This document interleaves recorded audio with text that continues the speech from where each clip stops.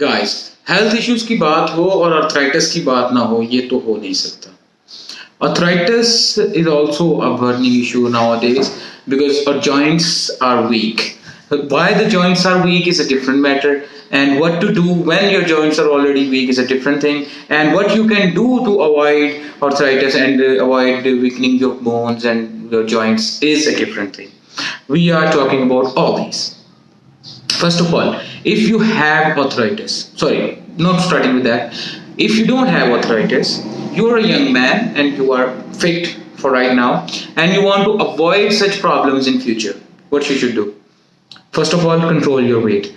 क्योंकि ओबिसिटी जो है वो एक बहुत इंपॉर्टेंट फैक्टर है आपके आने वाले वक्त में आपको आर्थराइटिस जैसे मसाइल में डालने का. क्योंकि जब आप ओवर वेट या ओबीस होते हैं, आपकी बॉडी जरूरत से ज्यादा वेट बियर कर रही होती है ऑल द टाइम. एक होता है आप वर्कआउट कर रहे हैं या आप कोई काम कर रहे हैं तो आप ज्यादा वेट उठा रहे हैं, वो एक डिफरेंट मैटर होता है, वो टाइम बीइंग होता है.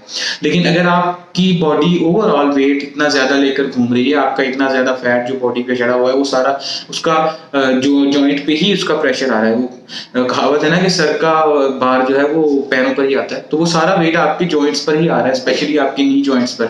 तो वो आपको एक इफेक्ट प्रोवाइड करता है दैट लीड्स टू आर्थराइटिस. क्योंकि आपके जॉइंट आखिर कब तक इतना वेट बियर करेंगे. अपना वेट कंट्रोल में रखें, अपनी डाइट प्रॉपर रखें जिसमें आप मीट यूज करें. आप जो हमारे यहाँ पे बनाए जाते हैं बकरे के या बड़े जानवर के पाए वगैरह वो यूज करें. उसमें कोलेजन जो है वो आपको मिलता है, या उससे आपके जॉइंट्स मजबूत होते हैं, आपकी कार्टिलेज बिल्ड होती हैं. इस तरह आप अपनी डाइट को ठीक रखें, अपने लाइफस्टाइल को ठीक रखें और उसके बाद वर्कआउट करके, अब एक्सरसाइज करके कि आपके जो जॉइंट्स हैं वो हेल्थी रहें. ये चीज़ें करके आप इसको अवॉइड कर सकते हैं. अब अगर आपको हो गया, वो ओवरवेट होने की वजह से हुआ, वो एजिंग की वजह से हुआ, या आपको डायबिटीज वगैरह थी फिर आपको वीकनेस हो गई उस वजह से हुआ, एनीथिंग जिस भी वजह से वो हुआ, लेकिन अब वो हो गया, अब आप क्या कर सकते हैं. एक तो आपको प्रॉपर मेडिकेशन अब लेना ही पड़ेगी. उसमें आपको बहुत कुछ मिलेगा. ग्लूकोसामिन का टाइटन की टैबलेट्स मिलती हैं जॉइंट्स को रिबिल्ड करने के लिए, रिकवरी के लिए, और जो कि बिल्डिंग ब्लॉक्स हैं हमारी कार्टिलेज के. आप कोलेजन बेस्ड मेडिकेशन यूज कर सकते हैं.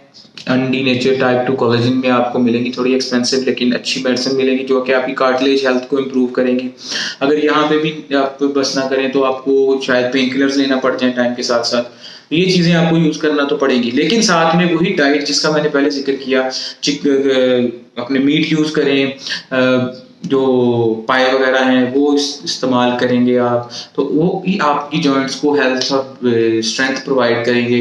उसके अलावा अगर डायबिटीज़ वगैरह है तो उसको कंट्रोल करना तो ऑब्वियस चीज़ है. वेट अगर आपका ज़्यादा है तो उसको कंट्रोल करना भी बहुत इंपॉर्टेंट फैक्टर है. जो वेट रिडक्शन है ना, ये तो सबसे बड़ा प्रॉब्लम ही आपका ओवरवेट होना या ओबीज होना आ जाता है. इस पे मैंने जो सेपरेट वीडियो बनाई थी कि आपको किस किस तरह की कॉम्प्लिकेशंस फेस करना पड़ जाती हैं ओबेसिटी की वजह से. ऐसे नहीं कहा जाता कि मोटापा जो है तमाम बीमारियों की माँ है या तमाम बीमारियों की जड़ है, व्हाटएवर यू वांट टू से. बस ये कि सारी बीमारियों को कॉज करता है किसी न किसी तरह से, घूम फिर के ये कॉज करता है इन बीमारियों को.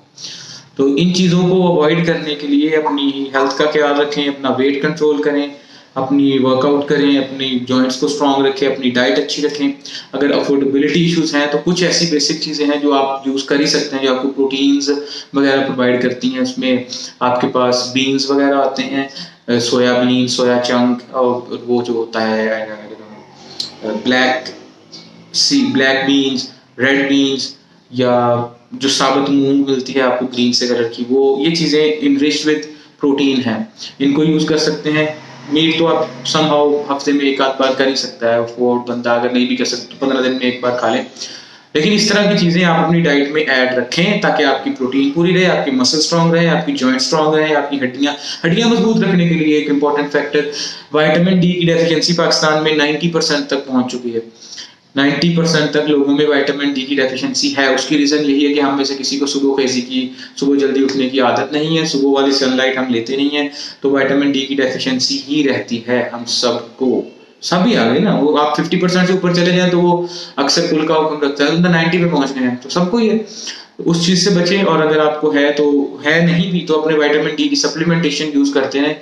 अगर कोई प्रॉब्लम है आर्थराइटिस वगैरह का तो फिर तो आप बड़ी डोजेस लेंगे, अगर नहीं है तो आप 2000-4000 यूनिट्स डेली के हिसाब से आप विटामिन डी भी यूज़ करें, कैल्शियम सप्लीमेंट भी यूज़ करना पड़ सकता है, सप्लीमेंटेशन भी साथ साथ रखें, अच्छी डाइट भी रखें, वर्कआउट करें, एक्सरसाइज करें, वेट रिड्यूस करें और अपने जॉइंट्स पर से प्रेशर को कम करें ताकि वो हेल्थी रह सकें। जितनी ज़्यादा आप अपनी सेहत का ख्याल रखेंगे उतनी ज़्यादा देर तक आप इस जिस्म से फ़ायदा ले सकेंगे। फिर समझाता हूँ, जितनी ज़्यादा आप आज अपनी सेहत की केयर करेंगे उतनी ज़्यादा देर तक आप अपने जिस्म से फ़ायदा ले सकते हैं फिट रह के। कुछ लोग ऐसे होंगे जो अपने पोते पोतियों को भी उठा के पकड़ के घुमा फिरा सकते हैं, खिला सकते हैं, उनको सब कुछ कर सकते हैं। कुछ ऐसे हैं जिनके अपने बच्चे हैं अभी छोटे-छोटे, यानी उनकी एजेस अभी 30 के आसपास है और वो उठाकर कहीं ज़्यादा चल भी नहीं सकते। तो दोनों में फ़र्क क्या है? दोनों में फ़र्क है सेहत का ख्याल रखने का। वो जो अब इस वक़्त बूढ़े हो चुके हैं उन्होंने अपने वक़्त में खाया था, खुराक खाई थी, सेहत का ख्याल रखा था, वर्कआउट्स नहीं काम के तौर पे वर्कआउट्स किए थे, सारा कुछ किया था, तो आज वो कर सकते हैं। हम नहीं कर सकते अगर हम अपना ख्याल नहीं रखते तो इस बात पे तवज्जो दें, अपना ख्याल रखें। अल्लाह